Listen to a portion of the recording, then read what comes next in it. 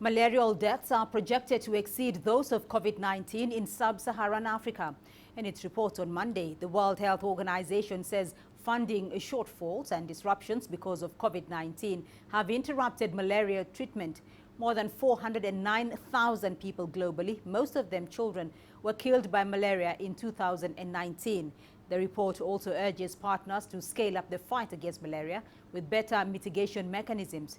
The World Health Organization report found that in 2019, malarial cases globally numbered over 220 million, an annual estimate that has remained virtually unchanged over the last 4 years. Last year, the disease claimed about over 400,000 lives. Well, let's get more on this now and speak to Dr. Akpaka Kalu, who leads the Team DOR Tropical and Vector-Borne Diseases Program at the World Health Organization's Regional Office for Africa. He's joining me from Brazzaville in Congo. Thank you for joining us, Dr. Kalu. Can you give us more details on that report? Thank you very much. The 2020 World Malaria Report, which is based on data from countries, malaria endemic countries all over the world for 2019. For us, it's an extraordinary report. It's a look back on 20 years since the Abuja Declaration on rollback malaria. And we find that extraordinary progress has been made thanks to the leadership of countries, the work of health workers, households, and families. In the WHO Regional Office for Africa, for instance, about 1.2 billion cases have been prevented and 7 million deaths averted between 2000 and 2019. That is an extraordinary achievement. So for us, the report is a celebration of success. But then we also know that the report is a red flag on what is not being done well. We know that the rate of progress towards the 2030 SDG targets for malaria is slowing down and will not achieve the target unless we do things differently.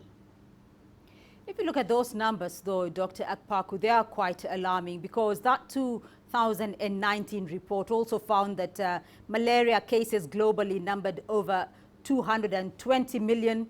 And that over the last 4 years, last year, the disease claimed over 400,000 lives. So what really can be done to change that trajectory?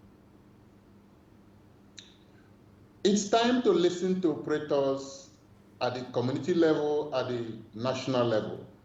It is time to ask ourselves, what do we do differently to ensure that we catch up and continue with progression towards the 2030 targets?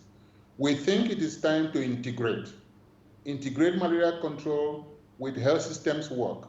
It's also time to go comprehensive, meaning we should not just focus on malaria technical issues, ensure the treatment is there, the diagnosis is there, ensure that nets are there, spraying of households, using appropriate insecticides are there. That is important. But more importantly, we need to ensure that the health system is effective and is able to deliver appropriate services to those that need them and where they need them. We also need to address the social and economic determinants of malaria. For instance, when you launch a new irrigation project, we need to know that that irrigation project will change the ecology of the environment. And then what it means is that it might potentiate malaria vector breeding, mosquito breeding. Therefore, upfront, we need to ensure that mitigation measures are part of the irrigation project. So we need to work with all strata of society, health sector and non-health sector, to be able to address the malaria scourge, especially in Africa. All right. Dr. Akpaka Kalu joining us there from Congo or Brazzaville with that update on the malaria report.